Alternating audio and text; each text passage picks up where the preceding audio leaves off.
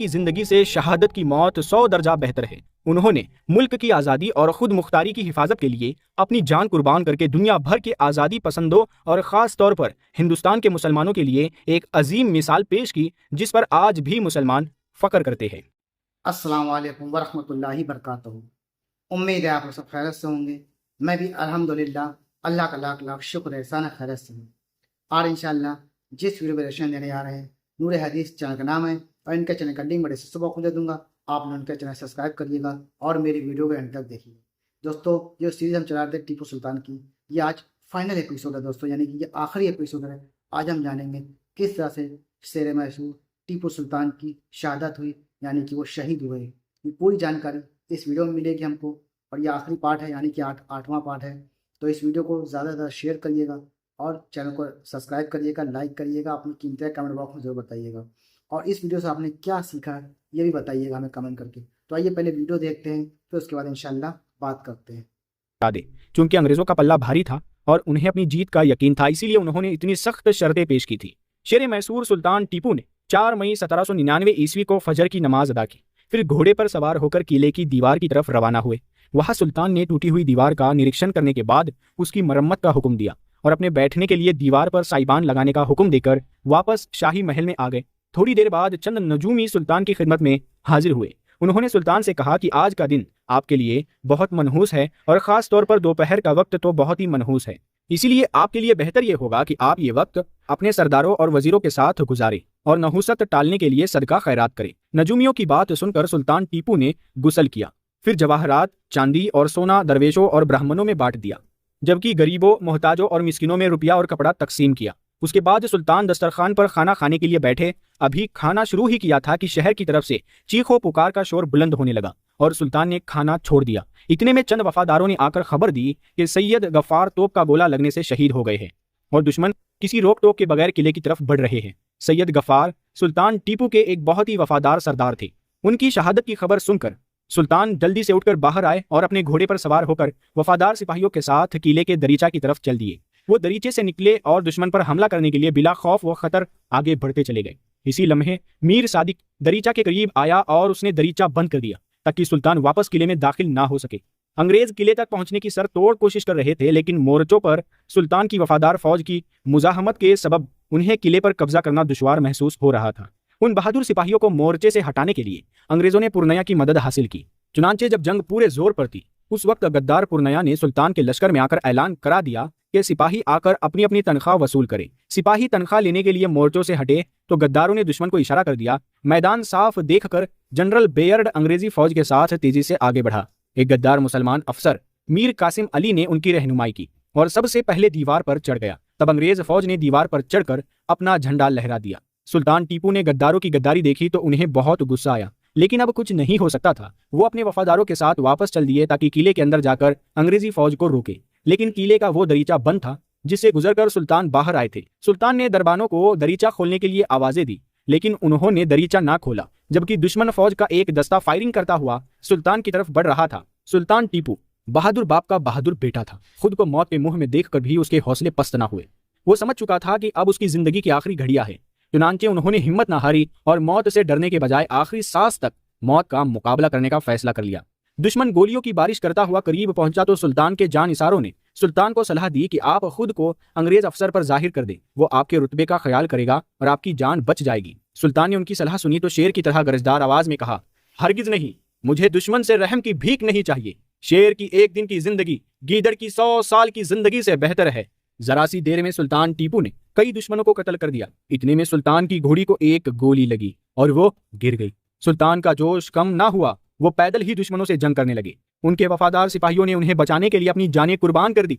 फिर एक गोली सुल्तान के सीने में दिल के करीब लगी और सुल्तान जमीन पर आ गिरे। उस वक्त वहां उनका कोई जानिसार न था, सब शहीद हो चुके थे। सुल्तान जमीन पर गिरे हुए थे। अचानक एक अंग्रेज सिपाही सुल्तान के करीब आया और उसने सुल्तान की कमर से उनकी खूबसूरत और कीमती पेटी उतारने की कोशिश की, मगर सुल्तान अभी जिंदा थे। उन्होंने लेटे ही लेटे तलवार का एक भरपूर वार किया और अंग्रेज सिपाही का घुटना काट दिया। उस सिपाही ने सुल्तान के सर का निशाना लेकर गोली चलाई और सुल्तान टीपू शहीद हो गए। सुल्तान की शहादत के वक्त 4 मई 1799 ईस्वी का सूरज डूबने वाला था और अंग्रेज फौज किले में दाखिल हो रही थी। कुछ गद्दारों और वतन फरोशों को सुल्तान के हुक्म पर सजा दी गई थी और कुछ को कुदरत ने उनकी नमक हरामी और मुल्क व मिल्लत से गद्दारी की सजा दी। उन गद्दारों में मीर सादिक भी था। जब सुल्तान टीपू दुश्मन से लड़ने के लिए किले के दरीचे से बाहर निकले थे तो मीर सादिक ने दरीचा बंद कर दिया था ताकि सुल्तान वापस आना चाहे तो किले में दाखिल ना हो सके। लेकिन उसी वक्त सुल्तान का एक वफादार वहां आ गया। उसने मीर सादिक को दरीचा बंद करते देख लिया था। उसने गुस्से से कहा कि तुम सुल्तान को दुश्मन के हवाले करके अपनी जान बचाना चाहते हो, गद्दार, नमक हराम। इसके साथ ही उसने मीर सादिक पर तलवार का वार किया और मीर सादिक चीखता चिल्लाता घोड़े से नीचे आ गिरा। सुल्तान के इस जानिसार ने तलवार मार मार कर मीर सादिक के टुकड़े टुकड़े कर डाले और उसकी लाश कूड़े के ढेर पर फेंक दी। अल्लामा इकबाल ने ऐसे ही गद्दारों, वतन फरोशों और नमक हरामों के लिए ये शेर कहा है, जाफर अज बंगाल, सादिक अज दक्कन, नंगे मिल्लत, नंगे दीन, नंगे वतन। किले पर कब्जा करने के बाद अंग्रेजों को सुल्तान की शहादत का पता न था। वो समझते थे कि सुल्तान जान बचाने के लिए अपने महल में छुपे हुए हैं। चुनांचे उन्होंने अपने एक अफसर को महल में भेजा और हुक्म दिया कि सुल्तान हथियार डालकर खुद को अंग्रेज फौज के हवाले कर दे। लेकिन जब अंग्रेज अफसर सफेद झंडा यानी अमन का निशान लेकर महल पहुंचा तो सुल्तान महल में ना थे। खुद महल वालों को भी सुल्तान का कुछ पता न था। अंग्रेज अफसर ने ना जानने का इजहार करते हुए महल वालों से कहा, हमें सुल्तान के बारे में मालूम होता तो हम महल में क्यों आते? हम तो यही समझते थे कि सुल्तान ने महल में पनाह ले रखी है। अंग्रेज अफसर की बात सुनकर सुल्तान के बीवी बच्चे और महल के दूसरे लोग सख्त परेशान हुए। अंग्रेजों ने जांच पड़ताल करके थोड़ी देर बाद ही मालूम कर लिया कि सुल्तान मगरिब की नमाज से कुछ देर पहले किले के बाहर बहादुरी से लड़ते हुए शहीद हो गए थे। चुनांचे मशालों की रोशनी में किले के बाहर लाशों के अंबारों में सुल्तान को तलाश किया जाने लगा। आखिर काफी मेहनत के बाद सुल्तान की लाश तलाश कर ली गई। सुल्तान की आंखें खुली हुई थी और बदन भी गर्म था। अलबत्ता सुल्तान के जिस्म से कीमती कपड़े और खूबसूरत पेटी गायब थी। सुल्तान की लाश पालकी में डालकर महल में भेजी गई तो वहां शहादत की खबर से पहले ही कोहराम बरपा था। लाश पहुंचने पर लोग दहाड़े मार मार कर रोने पीटने लगे। दूसरी सुबह सुल्तान टीपू शहीद की तदफीन के इंतजाम किए गए और उन्हें गुस्ल दिया जाने लगा। शेर मैसूर सुल्तान फतेह अली टीपू शहीद का जनाजा तैयार हो गया तो सुल्तान के बीवी बच्चों, रिश्तेदारों, खिदमतगारों और दूसरे लोगों को सुल्तान का आखिरी दीदार कराया गया। फिर उनका जनाजा लालबाग की तरफ रवाना हुआ। रास्ते में हजारों औरतें, मर्द, बच्चे, बूढ़े और जवान जनाजा देखकर जोर जोर से रो रहे थे। मुसलमान और हिंदू औरतें अपने सरों में राख डालकर मातम कर रही थी। अंग्रेजों की 4 कंपनियां जनाजे के आगे अदब से चल रही थी और रास्ते के दोनों तरफ भी अंग्रेज फौज सफे बांधे खड़ी थी। अंग्रेज फौज का बैंड मातमी धुन बजा रहा था, इसलिए कि ये आम आदमी का नहीं, एक बहादुर बादशाह का जनाजा था। लालबाग में सुल्तान शहीद की जनाजे की नमाज से पहले सुल्तान को तोपों की सलामी दी गई। फिर हजारों लोगों ने जनाजे की नमाज अदा की। वहां से सुल्तान की लाश उनके वालिद सुल्तान हैदर अली की कब्र के पास लाई गई, जहां सुल्तान के लिए कब्र तैयार थी। जब सुल्तान शहीद को कब्र में उतारा गया तो हजारों लोगों की गम की ज्यादती से चीखें निकल गई। सुल्तान शहीद को उनके मरहूम पिता के करीब ही दफन कर दिया गया। उसके बाद सल्तनत खुदादाद मैसूर को अंग्रेजों, मराठों और निजाम हैदराबाद ने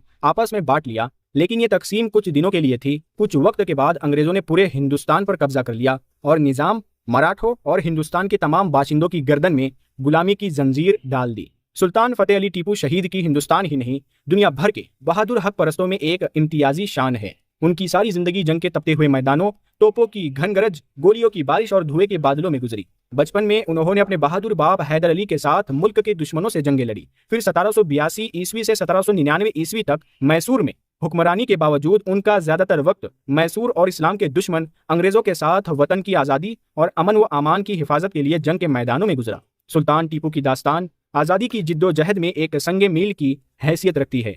सल्तनत खुदादाद मैसूर के इस महान सिपह सालार और मकबूल बादशाह ने अंग्रेजों के खिलाफ जंग में आखिरी सांस तक मुकाबला किया और शहीद होकर साबित कर दिया कि गुलामी की जिंदगी से शहादत की मौत 100 दर्जा बेहतर है। उन्होंने मुल्क की आज़ादी और खुद मुख्तारी की हिफाजत के लिए अपनी जान कुर्बान करके दुनिया भर के आज़ादी पसंदों और ख़ास तौर पर हिंदुस्तान के मुसलमानों के लिए एक अजीम मिसाल पेश की, जिस पर आज भी मुसलमान फ़ख्र करते हैं। तो दोस्तों, ये था रिएक्शन जो आपने देखा टीपू सुल्तान की सीरीज़ का ये आज आखिरी एपिसोड, फाइनल एपिसोड जो हमने आज मुकम्मल किया है। हमने जाना किस तरह से टीपू सुल्तान की शहादत हुई और आप किसी के भी आगे झुके नहीं, अपने मुल्क के लिए, अपने देश के लिए शहीद हो गए।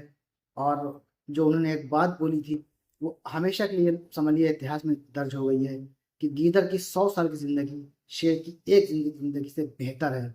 अंग्रेज़ों आगे झुके नहीं और वो शहीद हो गए। किस तरह से पूरा वाक़या था दोस्तों जो हमने इस पूरी सीरीज़ के अंदर से जाना टीपू सुल्तान के बारे में। आप लड़ते लड़ते शहीद हो गए। और जिन हज़रात ने भी इसके पूरे पार्ट नहीं देखे तो मेरे चैनल में जाके शुरू से अंत तक ज़रूर देखें, क्योंकि टीपू सुल्तान एक महान इंसान थे और समझ लीजिए अब अपने इंडिया में एक ऐसे बादशाह गुजरे जो झुके नहीं, शहीद हो गए। तो वीडियो को अपनी ये ख़त्म करते हैं दोस्तों। वीडियो अच्छी लगी हो तो शेयर करिएगा, लाइक सब्सक्राइब करिएगा और अपनी कीमती राय कमेंट बॉक्स में ज़रूर बताइएगा। मिलेंगे इंशाल्लाह आपसे नेक्स्ट वीडियो में। तब तक के लिए अस्सलाम वालेकुम व रहमतुल्लाहि व बरकातहू।